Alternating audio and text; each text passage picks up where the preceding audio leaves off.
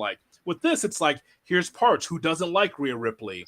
Who doesn't like Damian Priest? Who doesn't respect Finn Balor? And then you got JD, who people don't like. And then there's Dom, who gets booed all over the country.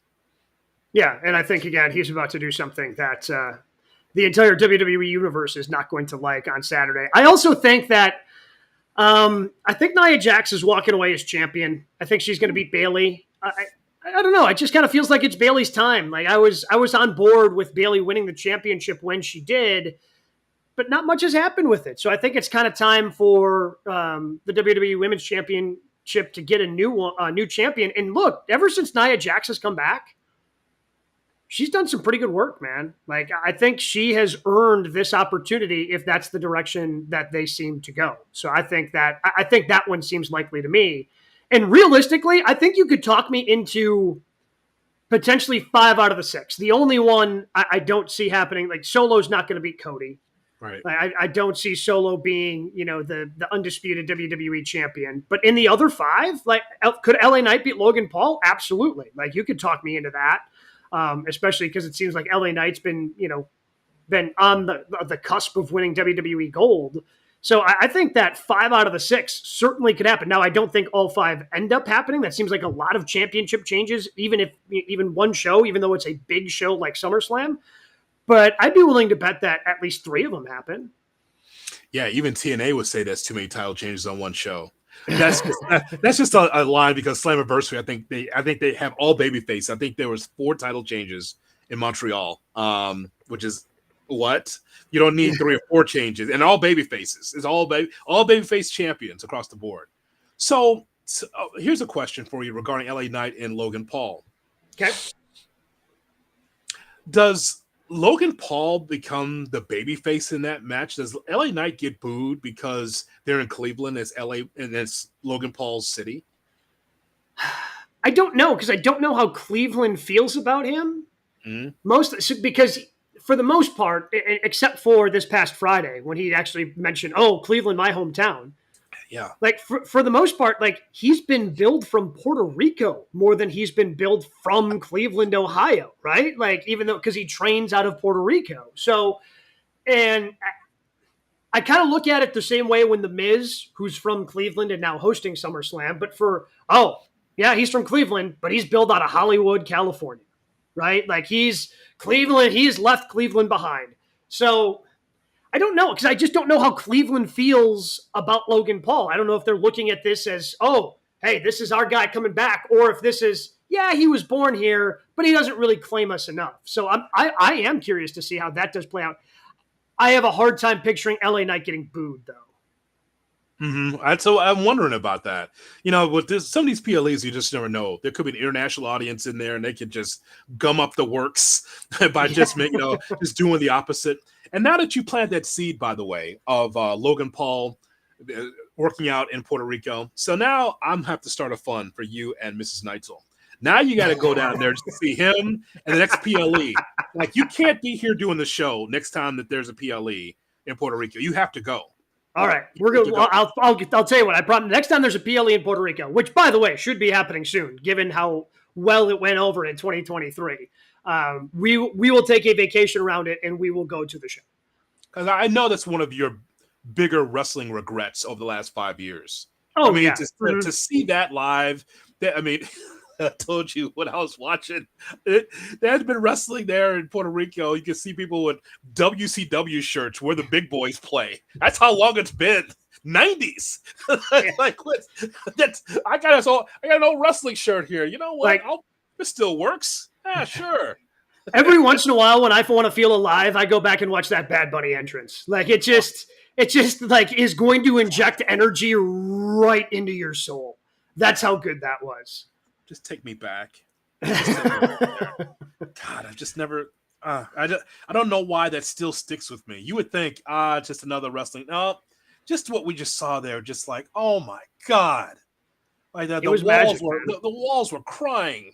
It was just so much. It's just so much heat and just so much joy, wrestling joy in that building in Puerto Rico. But yeah, so I look forward to seeing what SummerSlam brings. But I think you and I are on the same page when it comes to Solo Sikoa and Cody Rhodes as well. This is on WWE.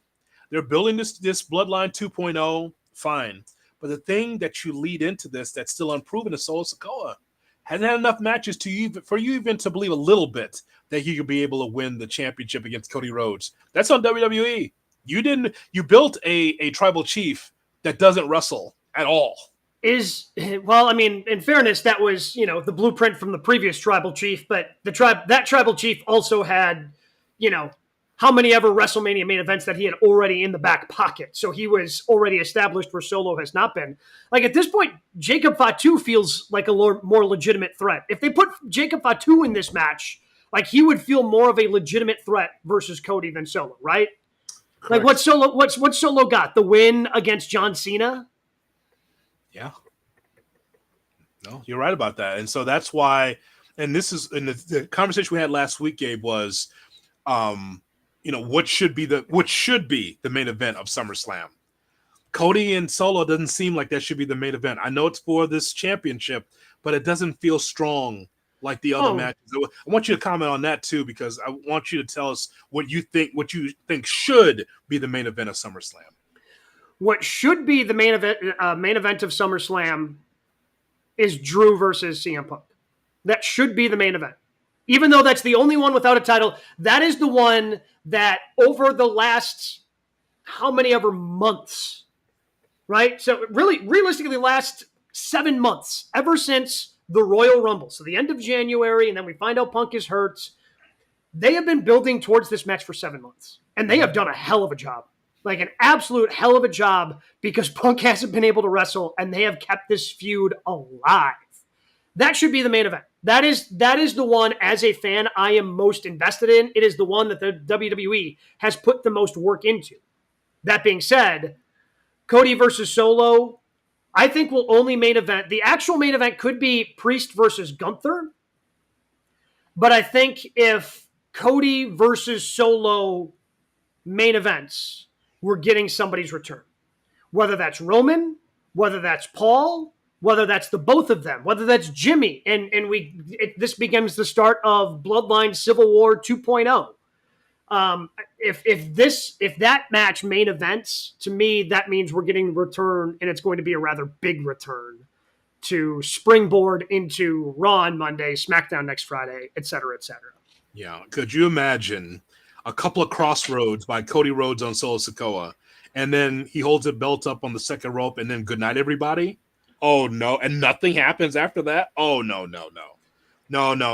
That something has to happen in Cleveland for the moment. Don't wait till Raw. Don't wait for SmackDown. It has to happen in Cleveland. If it doesn't, that's going to be a major problem. It can't be just, whoa, I retained the championship. Not good enough. Yeah, 100%. We'll get to more of Bloodline Punk Drew coming up in just a little bit, but as we dive into our 3 count, the other top 3 stories in the world of professional wrestling, we turn our attention to AEW and something that happened last night. Bryan Danielson, who we already knew was going to be taking on Swerve Strickland for the AEW Championship at Wembley and All In, put an interesting stipulation out there and laid everything out for us. So obviously he's signing some sort of extension or has some handshake deal with AEW and Tony Khan, because he said, well, his contract expires today. Today is the last day, or yesterday was the last day of his contract with AEW. Obviously he's wrestling the pay-per-view. And he has always been careful to say that when his daughter turned 8, he made the promise that he would be done as a full-time professional wrestler.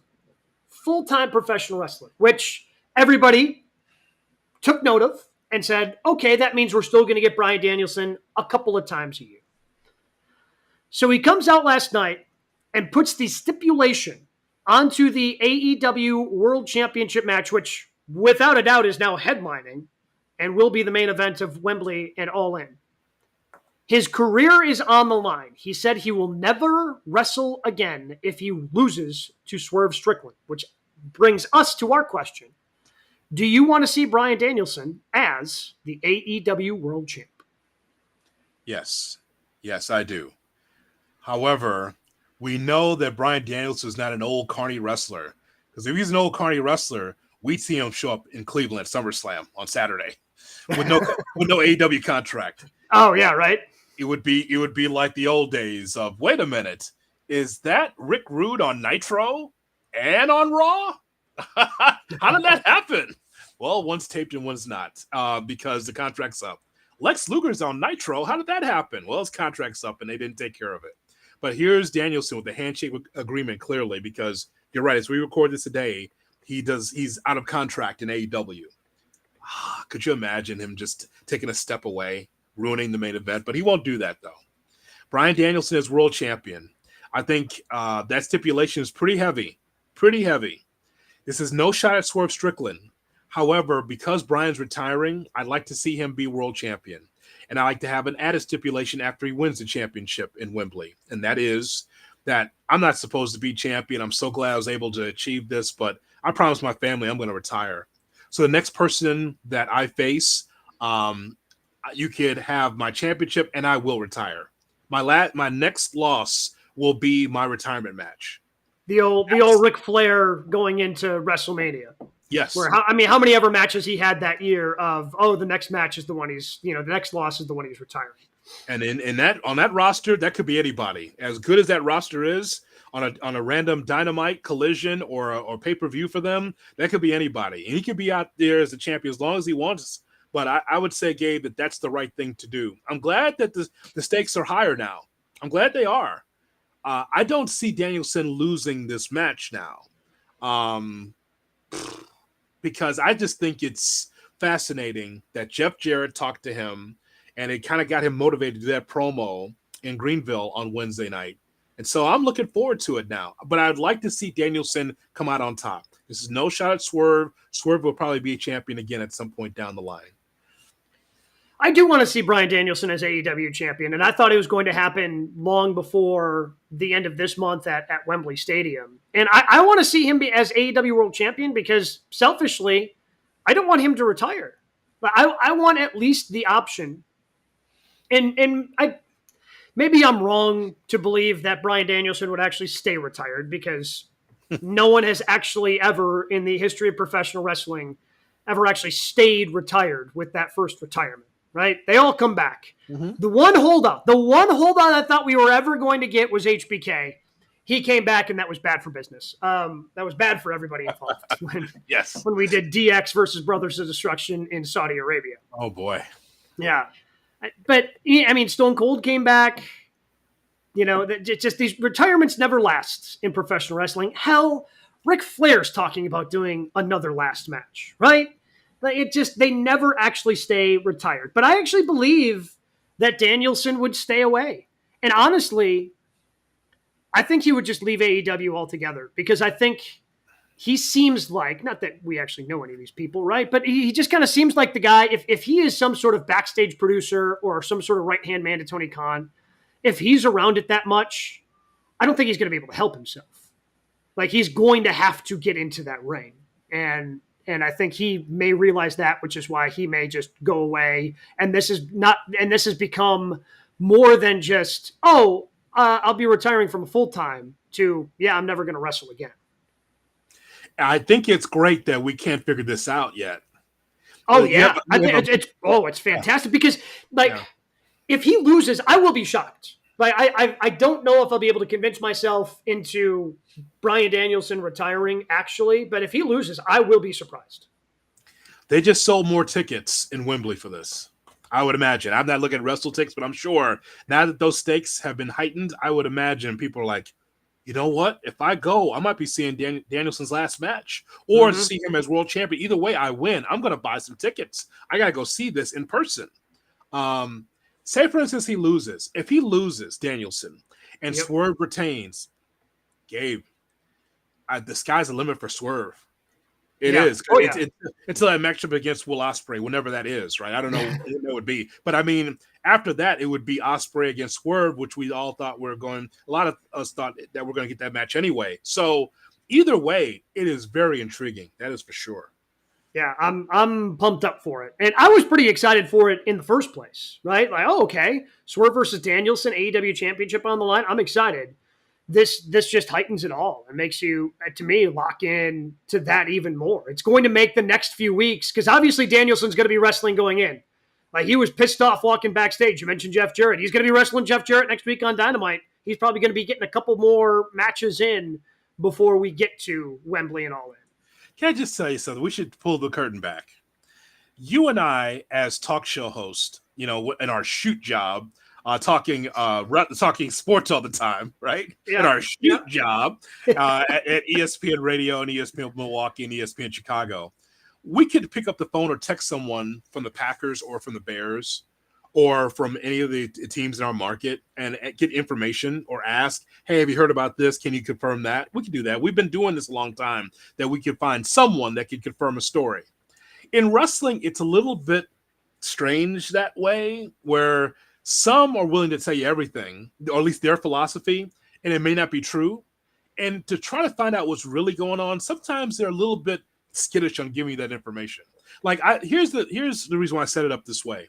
I don't know how hurt Bryan Danielson is, and I've not asked yet in AEW. I could text somebody and ask, but that's the one thing I would wonder. If he loses, is it because, hey man, I can't? Now he's going to take on Jeff Jarrett coming up next Wednesday. I don't know how many more matches he's got left. I don't know how hurt he is, but when we watch his matches, he looks like he's on death's door, doesn't he?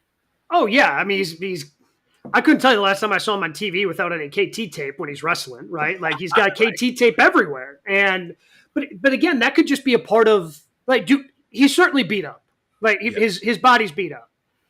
I don't think that he's putting himself in too much risk if he's wrestling more, because this is a guy who's had to miss a significant amount of time in his AEW career because of some of the injuries that he's suffered. So because of the fact that he's wrestling on Dynamite, and I'm guessing he's going to wrestle a couple of more matches in the run up to All In, my guess is, while he's beat up, it's not anything super serious. Otherwise, he would just be up, sitting there waiting for this match at Wembley, and they would be protecting him at all costs. And that's what I'm wondering. And again, some are very skittish about giving that information. HIPAA law, I don't know if that's a thing. But I could ask. I don't know if I would get the truth of, like, how bad, because I think that also determines whether or not he can win in Wembley or not. Because even on taking on Jeff Jarrett, a veteran like that, Jeff will take it easy with them, but it's still going to hurt. Looks like he's got a lot of, like, back issues or spine issues or tingling in the, like, he's got some issues and he still wants to keep going. I think what he said in Greenville on Wednesday is true. Like, his family probably doesn't want him to wrestle anymore, but he just keeps going.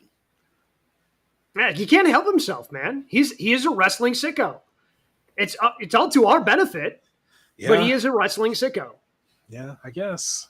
I think that it's still determined. I don't think it's just a fait accompli that Danielson will win. I would like for him to be champion 100%. again. Yeah. But who knows? Who knows? Yeah.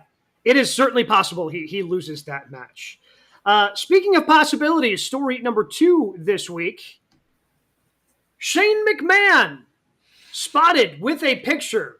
Whether it was taken by Mercedes Moné or not, I guess still remains to be determined. I believe she was trying to take credit for it on social media, that she's the one who took the picture. But a picture was leaked of Shane McMahon and Tony Khan in a meeting. A statement, I guess, was released through Bully Ray on Busted Open After Dark. We will get to that in a moment. Mm-hmm. But are you interested in seeing Shane McMahon in AEW? Let's go ahead and see what that message was via Bully Ray on Busted Open After Dark last night. The quote from Shane McMahon is, Tony and I were connected through a mutual friend, and we had a great meeting. We talked about many things, but mostly about our shared love for the business and the rewards and challenges of working with family. I congratulated him on the 5-year anniversary of AEW and look forward to how he evolves the business moving forward. End quote from Shane McMahon through Bully Ray. Well, any interest in Shane in AEW? Sure, absolutely. But here's what I would do, Gabe. Not for him to be taking bumps and for him to have a pulmonary attack with his red face every time he gets in the ring. I don't want that. Here's what I want. I would give him an equity stake in AEW and go, you want a portion of this? Absolutely. You could have a share, and you could run ROH. however you see fit. Honest to God, because just having should he be on AEW TV? Sure. Wrestling, no. But to have a McMahon on AEW, it's a holy shit moment. The thing is, though, is that how many tickets does Shane McMahon? Is he a person that will put butts in seats? That's the question, and I don't know the answer to that based on how AEW's business is. However, Shane could work in my company, absolutely. I feel like the answer is no, that he won't put butts in seats. I think it is a moment, because I remember, again, things went south pretty quickly with Shane, but when he first came back to WWE, like when Vince was going to give Stephanie whatever fake award, and we were in the height of the authority era, right? And Vince comes out, and all of a sudden you hear, "Here comes the money!" And like, it was a legitimate, like you said, holy shit moment. Just wait, Shane's actually here, and he comes out, and he ends up having his match against The Undertaker at WrestleMania, and then they still welcome, like the stipulations then the next night on Monday night ended up not mattering at all, and Shane was still, welcomed in with open arms, and it all kind of went downhill after that. But if he shows up in ROH or AEW, yeah, I think it's going to be a viral moment that is viewed by millions of people on social media and YouTube and all those things. But after the initial shock, I'm not quite sure what Shane's value is, because the last time we saw him in a WWE ring, he blew out both quads. Yes. Last time we heard about him backstage in WWE, Randy Orton was laughing in his face because he was organizing the Royal Rumble and the order got mixed up. And, the story goes that Randy looked at Shane and went, "I ain't going out there to your music." Oh, man. Even though Randy was supposed to go, that was Randy's number. Wrong music played. So he messed up backstage. He messed up in ring. I don't know what Shane McMahon's value is right now in the world of professional wrestling. Put it this way. I'm sure there's a lot of pressure for Shane because all he's ever want to do is impress his father. Whether that's get in the ring, whether it's behind the scenes, everything he's done is try to impress Vince. Now, keep in mind, Vince loves his kids. However, he said this openly to Jim Ross. He goes, "Yeah, the boy's more like the mom, and the daughter's more like me." Because from a business standpoint, you see how far that Stephanie has gone in that company, back and forth. I mean, obviously, it's been hot and cold over the years with Steph in WWE. But the point is, though, is that Shane's tried to measure up, and it hasn't been good enough for Vince. Now Vince is out the picture. And now Shane, if he wants to get back into professional wrestling, if he has a passion for it, then this is a great opportunity. Doesn't have to look over his shoulder. Doesn't have to worry about Bruce Pritchard. Doesn't have to worry about Kevin Dunn. Doesn't have to worry about Vince. Here's an opportunity here for him to have a clean slate and work in AEW. And again, not in the ring, Gabe. I'm talking about just like working in the company. I swear, I think he'd be great running a section of that company and people would watch. I do, because a McMahon is working with Khan. That's crazy. And honestly, it'd probably be a good thing for now. And I'm not a member of, Watch ROH or, the Honor Club that you need. Yes. So I don't know what they're doing storyline wise. I don't know if they're just putting matches on there the way they just threw matches on the YouTube pages. I don't know what's the storylines and hooks, but Tony Khan taking something off his plate at this point, I don't think it's a bad thing. Yeah, well, I'm here to help you with ROH. I'm always here for you. Oh yeah, yeah. We got any intriguing stories going on in the world of Ring of Honor? Well, listen, you're here for us for Rampage, and I'm your Rampage guy. so if you need some help, it's what we talked about. It's matches. There's some stories here and there, but I mean, it's matches. And they're entertaining. Their last pay-per-view, Death Before Dishonor in Arlington, was solid. Again, too many matches. I think he had 12 or 13.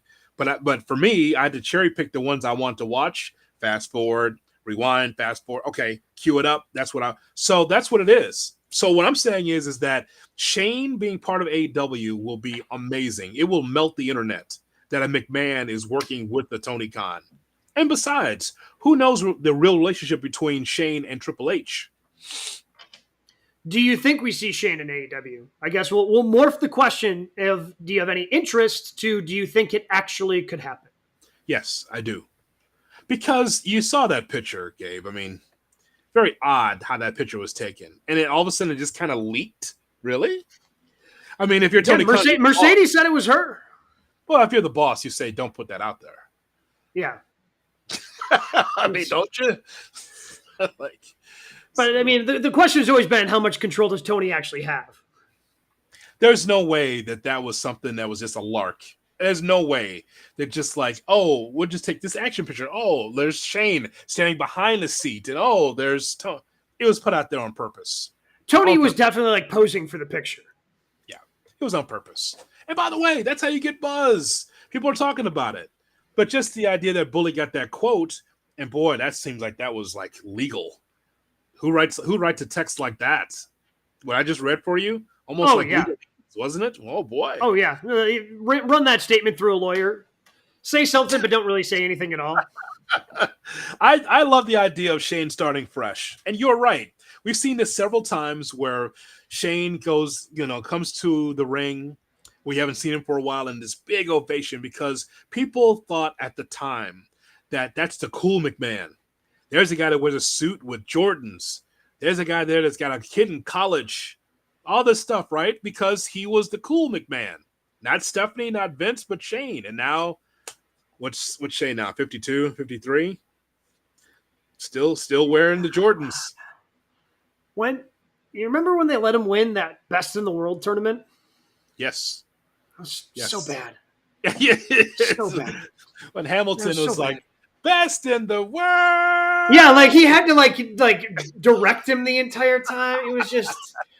It was like X-Pac go away heat, man. Like it wasn't the heat they thought they were getting for it.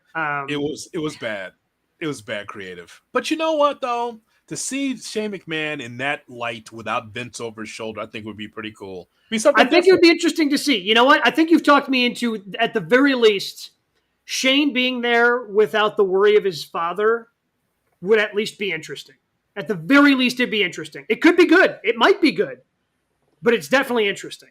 It would bring people, again, I don't know if that fills an arena, but it certainly gets more interest in AEW that someone that's in a family filled with controversy is now working for the competition. He's a big enough name that honestly, I think you could drive subscriptions off of that. Like even though he's not like, if he shows up at All In and he's now he's the vice president of Ring of Honor and Shane's running Ring of Honor. And we actually know that, okay, Shane's in charge of the creative. He's going to be running this company like as part of AEW. I'd subscribe for a couple of months. Hey, let's see what Shane can do. And then if it's good, you keep going. If it's not, I'd end the subscription. But I think I honestly would throw my money at Ring of Honor going, all right, let's see what he can do. I would be curious enough. And because you and I also cover the business of the wrestling media business, who knows what ROH is going to be? Will they be baked in the bread with this new deal from Warner Brothers Discovery? Will ROH finally get off of that platform and be part of an HBO Max, part of whatever TBS and TNT is going to be, finally to take it off of this platform and say, here's another wrestling company for you. Here's more content. Who knows what that is? Because the last press conference I saw from Tony Khan, Tony said, yeah, I can see us calling this AEW ROH. He said in the press conference, Gabe, yeah, like, huh? So he realizes that the ROH brand is stagnant at best. When we named our 9 world champions across the wrestling landscape, unfortunately Briscoe was last because you don't see him. He's behind that paywall. Like GCW's champion with Mance Warner has more acclaim and more notoriety than the ROH champion, even though we see him on Dynamite, going crazy. But as far as a champion, he's buried, just like the rest of them there, unfortunately. Finally, today we end once again with SummerSlam. Here with story number 3. What is the bigger story? What are we kicking off our recap show with on Saturday after SummerSlam in Cleveland? Is it the Bloodline or is it Punk and Drew? Because that's a trick question, because now this determines what's going to be the main event of SummerSlam. So I would agree with you that it is going to be the Bloodline having said that, it is going to be the Bloodline, knowing that Roman, Paul, and Jimmy Uso return, or at least two of those three return. Mm-hmm. So to me, they'll roll with Solo, they'll roll with Cody Rhodes. There'll be a shit ton of interference, which is unfortunate because who are Cody's friends that's going to help him? Is Randy healthy by that time? Is Kevin Owens healthy by that time? We're going right back to the beginning with this storyline. Cody against the world, right? Well, but I mean, the interesting twist would be Roman and Paul returning to defend Cody. There you go. And so do they help Cody beat Solo Sikoa? Or does Cody just win clean and then here comes Roman Reigns and Paul Heyman to confront Solo Sikoa? Holy shit moment, face to face, and then fade to black. No physicality. Yeah. I mean, leave it to mystery, and then you've got to tune into SmackDown on Friday night. Punk Drew is interesting to me because this is just the beginning of the feud, right? Like this isn't going to be their only match. I mean, somebody had asked a question to Punk at Clash of the Castle about, oh man, first time you guys get in the ring, it's gonna be like Hell in a Cell, right? I just start right there. And Punk made the joke of, well, glad I'm not working for you, or this is why you don't book for a wrestling company. It just feels like this is the very beginning. Like eventually, yes, we're going to get to a dog collar or Hell in a Cell or cage match, whatever stipulation you want to throw on the end. But Seth Rollins' special guest referee is just the very beginning of this feud. We're nowhere near this thing being blown off yet. Gabe, will Seth be refereeing in those heels? I don't know. I don't think I liked his shirt. I hope that's not what he's wrestling. I hope he's not refereeing in that shirt. I hope, I found the whole thing distracting. Sir, that's a blouse. Yeah. Oh yeah. You know it's a blouse.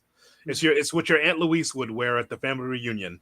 That's exactly what he was wearing. He's wearing a blouse, and he always toes that line of you don't know what androgynous outfit he's going to wear, but that's exactly what we saw. That man had a referee's blouse on. He's going to wear, it's going to be a regular, he'll have his, his wrestling pants out because he's going to be taking bumps. He's not going to want to be taking bumps in that outfit, right? I got to imagine that's going to be tougher. I don't know. I don't know. I just, this Punk and Drew McIntyre match, I'm saying this for the first time. It scares me a little bit, Gabe. You know why? Because I'm hoping this is not a one-off, and I'm hoping that both guys, especially Punk, can stay healthy. Because you're right. When you have a rivalry like this, one fall match, there's no real stipulation, just one fall. Okay, so it's this match, no disqualification match, it's a cage match or Hell in a Cell match, and then the blow-off. Or, lumberjack match back in the day. It would be always steps until you get to the finale, which is a cage match or Hell in a Cell. I'm hoping that CM Punk can survive this. I'm not kidding because there's actual heat between the two. They actually don't like each other going back to years ago, last time CM Punk was here. We are learning this story as we go along, they really don't really like each other. Okay, what I'm hoping is with everything that Drew McIntyre has done, and I know that you've seen this, and I know that our listeners and viewers have seen this as well. Drew McIntyre is in the running to me for Wrestler of the Year because of everything that he's done, not only in the ring, but also on social media. He's built this by himself while Punk has been on the mend. For weeks, he's been doing this. I'm going to go to the bakery in Chicago. I'm going to work out to CM Punk's old music when he's on the indies. He does all this stuff, man, just to get under He had a picture with Jack Perry. There you go. He put it on social media. It's still up there. You can go look at it. They didn't delete it. They referenced it on Monday Night Raw. Yeah. It's him building it. And so my hope is that Punk, after this, however this happens, he can survive this. Because if he gets hurt again, well, because this match has to start off somebody's jumping somebody. It's not starting off with circle the ring. You're not grappling, to start the match, and then little headlock. No, this is a killer feud that starts with the second one of them knows that bell rings, they're going after the other one. right? Like this isn't going to start like, so it's going to be a little more physical of a match. And yes, I think that's understandable that you would be a little bit concerned about CM Punk. Because we want to see this go on. Yeah. Because it's been so good. But that being said, like Bloodline's still the biggest thing. Because Punk Drew, as we mentioned, it's the beginning. We already have the beginning stages. We kind of know what the future of it looks like. Who's returning? Who's coming back for the Bloodline? And there's going to be some sort of shocking return, unless there's some sort of shocking interference, with Punk and Drew.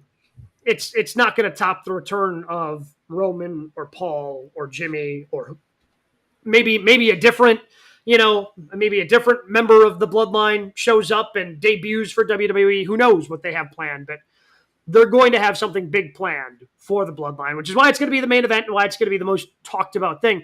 Drew Punk has the potential, if everybody stays healthy, to steal the show and be like the match that everybody talks about. But the Bloodline is going to be the storyline everybody talks about coming out of SummerSlam. Let me tell you something. This matchup with CM Punk and Drew McIntyre, wherever it's placed in the card, semi-main, middle, start the show, whatever, it's going to be very difficult to follow. It's got the most heat. It's got the most heat.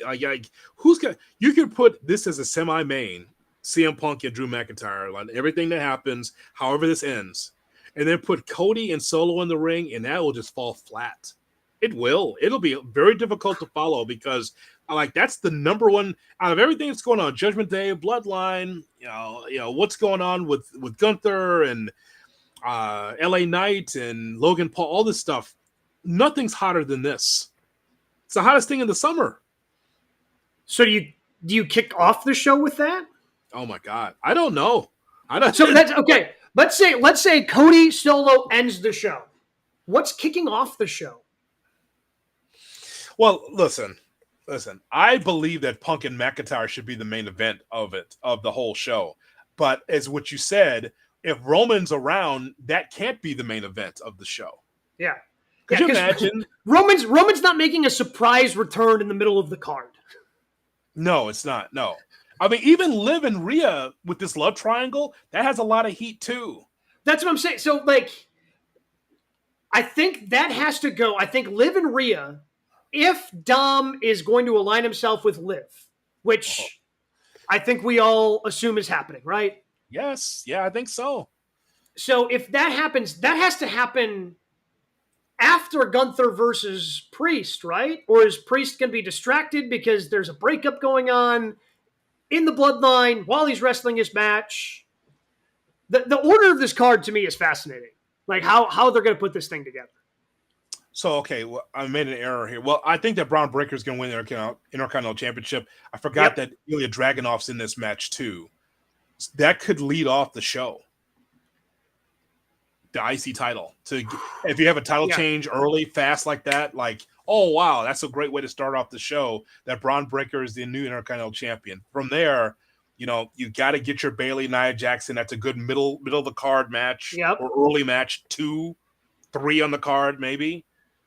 And then now you start to get your heat with Logan Paul and LA Knight. That's a good third match. Well, so the problem with Triple H cards, where's the filler match where I can go to the bathroom and grab some popcorn and maybe a beer? I don't know. That's the key. I mean, I don't. Where is that match? It doesn't exist when you only have 7 on the card. Sorry, man. You don't get your Hechicero against hologram match like you would in AEW. Sorry. With 14 matches on the card, it's okay, you know what? I just need a break. I know this is a good match, but there have been so many other good matches. Just as long as I don't miss Ospreay, I'm gonna go take care of business. I don't know what you do if you're going to SummerSlam. I really don't. It's like you said though, that there's got to be a tag team match in there. I think title match. I think they're going to add an 8th match. I think they're going to add Bloodline versus DIY. Although DIY is not winning that match. No, I think that might be off the card though. Because did you see this a 3-hour pre-show? 3-hour pre-show. I don't know. If because they're trying to keep. Because AEW is now not going head to head. they're starting 2 hours earlier with Collision on Saturday, so they're not going head to head with SummerSlam, which is just smart. So WWE went, oh, okay, well, we're just going to run counter to that. We're going to have something going on. So I mean, a 3-hour pre. I mean, this isn't the Super Bowl, man. Like, I'm not. The show's good. It ain't special like that. It's pretty solid. 3-hour pregame? Like, you only have 7 matches on the card. Like, you can't have a pregame longer than the actual card. I know that they're working. Well, this is going to come to an end, but I know they're doing some production with Fox. Anytime you get a Tom Rinaldi piece, that because I saw that last row, so I'm like, oh, that's pretty good, right? But you're really stretching 3 hours to be able to culminate to summer. I know it's a PLE, but it ain't that good.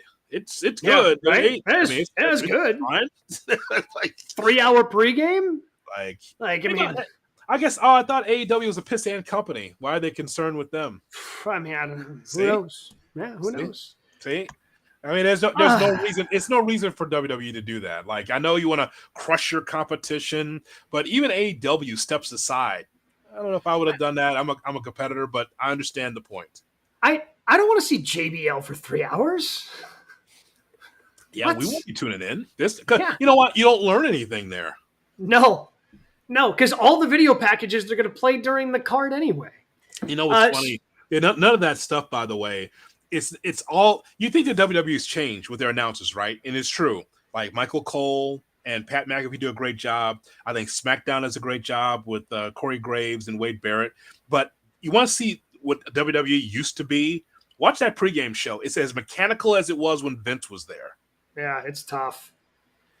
So we mentioned the Collision change on Saturday. That kicks off news and notes. But also in the world of AEW, CM Punk spoke on AEW showing All In, made a quip about being a draw in 2 companies, but just also kind of felt like it was all unnecessary, the way we all felt it was unnecessary when they showed the All In footage from last year. It did not help business at all, and this is just the Young Bucks being petty.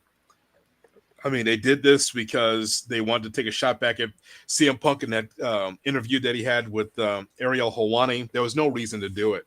But the hope is that CM Punk can just let that roll off his back. I know Jimmy Trania was going to ask him that question.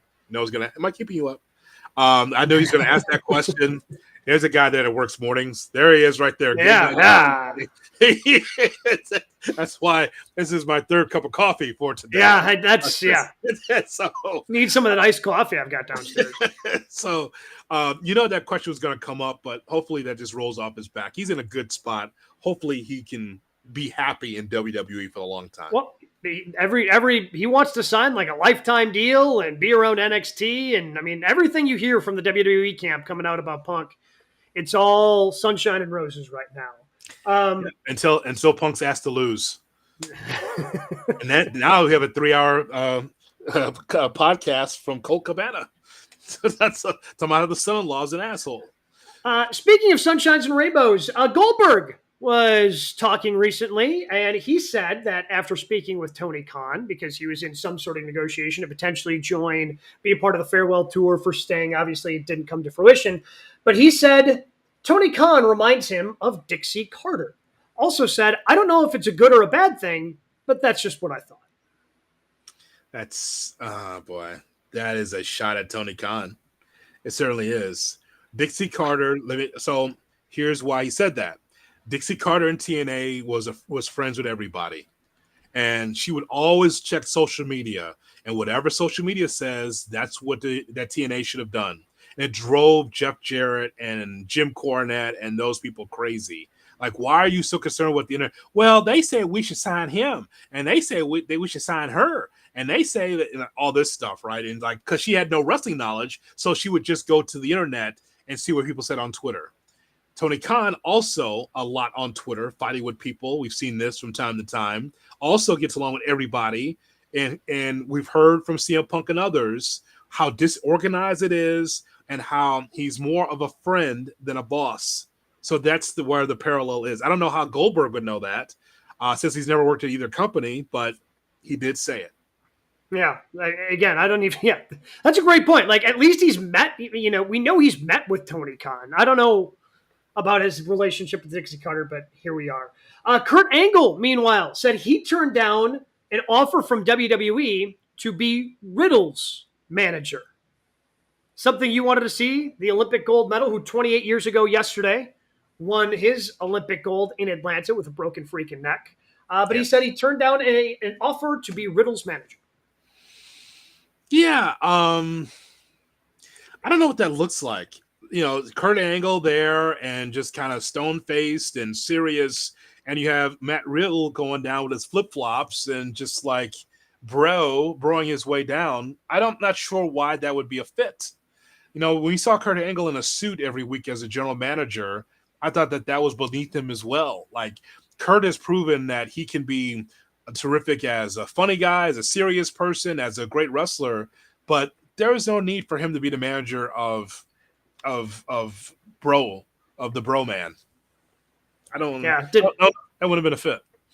Didn't make sense to me. So that brings us, JHood, what'd you have down? Matches of the week. Can I read my own handwriting without my glasses? By God. How about Darby Allin against Hangman on Wednesday in Greenville, the main event for AEW Dynamite? Yeah, all over the arena, especially after going through blood and guts last week. That was a very impressive match, especially again the way they were all over. And Darby's so good, even if because I wouldn't say that Hangman Adam Page is like this big brute of a wrestler, right? Like, he's decent, but the way that everybody can just throw Darby around, it's always fascinating. Like, he did the suplex on the stairs where he kind of, it was very entertaining, very, very good. When that match was over, I screamed out loud, Hangman loses again? That's what I was thinking. Like, all the work he's put in with that character, and he loses to Darby Allin. I don't know what it says, Gabe Neitzel, when you watch Dynamite, watch that match.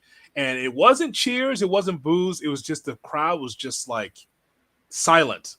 Not like they weren't into it, but just like concerned for Darby Allin. That's when he got the audience, because he got bounced around like a piñata so badly.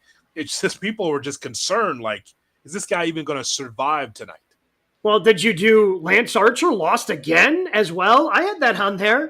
I don't know what this guy's got to do. I mean, the only people who lose more on television are the Chicago White Sox than the Murder Hawk Monster. Like, it's unbelievable how much this dude loses. I couldn't tell you the last time he had a televised win. As a Sox fan, I do not take that as an insult at all. Not at all. I thought you'd take it. I thought you would take it in stride. I did, as I do most things, because this summer has been very difficult, as you well know. Very difficult. I'm going to see the worst team in the history of baseball this year. It's so great. Such a great summer. At least the beer is cold. So Willow against Statlander, where Statlander wins. I don't know where Statlander goes from here. I know that these two have a rivalry. Willow's that loss did not hurt her. I just don't know, like, what's happening with Statlander. Where does she? So it was a CMLL eliminator match. So now Stat gets another match for the championship. I guess I just assumed that they would end up throwing that on the card at All In. Why is there qualifiers for a different company on Dynamite? Why are we doing this? Look, come on, brother. I'm not telling you it's a good idea. I'm just telling you that's what happened. And what I'm assuming is happening next. I'm not saying I agree with it. I mean, you're doing qualifying matches on someone else's TV. Like, do it on their TV. Why does it have to be on your TV? Like, the matchup on it for itself is a good match. CMLL? Are you setting it up for Wrestle Dream? Is that what you're doing for the? Like, I don't know. I don't understand. Why is that match? I don't understand. I assume that match, the rematch for the championship, will happen at All In. They didn't say it one way or the other, but that's just my assumption. I did enjoy the Gauntlet SmackDown tag team match from last Friday. I thought that was really good. Really good work. And look, I have no idea what the heck is going to happen with the Street Profits. I wasn't expecting them to win. I'm glad they got to look great and gain as many pinfalls as they did, because look, you knew the Bloodline was going to come in. You knew they're going to come in last, and then they were just going to wreak havoc over whoever was left in the ring. And that's exactly what happened. But it was a great job. Again, Jacob Fatu is that guy. Someone, if him and Roosh are ever in the same room together, man, like That's going to be a hell of a match. But I don't know what happens with them because they were aligned with Bobby Lashley. We know that Bobby Lashley's contract is coming to a close in WWE. We haven't seen Bobby Lashley on TV, so now it's just the two of them in B-Fab, and I don't know what's next for them. And it's when we started the show, we thought that they were going to be breaking up as a tag team, and Montez Ford was going to be getting this huge run as a single, and that obviously has just never happened over the course of the time that we've been doing GKW. No, but please show us more Karrion Kross. Please do that because we all want to see that. Really?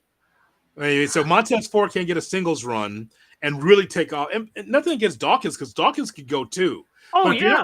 But if you're not going to put the Street Profits in the tag team title picture, then split them up and let them be terrific singles. And I just think that they're stagnant. And by the way, you could just tell it was a small crew on SmackDown. And I had this written down too, the tag team SmackDown gauntlet. It's a short crew in Japan when we see a lot of Apollo Crews and Baron Corbin. A lot. They came out and like, what's going on? Oh, they're fighting Humberto and Garza? That's what they're doing here? Ooh. What is going on? Not all those lockers are used on SmackDown. You could tell. Everyone else was in Japan like, anybody want to do a tag team gauntlet? All right, just roll them out here. Apollo. They took the dust off the Good Brothers and put them out there. You could just tell, like, oh man. But I enjoyed it. You know, it was fantastic. It was spectacular. You know, I love tag team wrestling, so I thought that was fun. Gunther against Finn Balor, the main event of Raw, was very good as well. Yeah, I had that down as well. Very good on Friday night. All right, SummerSlam, it's coming your way. Coming your way on Saturday night from Cleveland. Do not forget, we are going to be doing a live reaction show, so make sure you're commenting, subscribing on YouTube, youtube.com/@GoodKarmaWrestling. It's on the bottom of the screen here. If you're watching on YouTube or on social media, if you're listening to it, hey, check us out. Watch the video coming up on Saturday. We're looking forward to it. We'll talk to you again on Saturday for SummerSlam.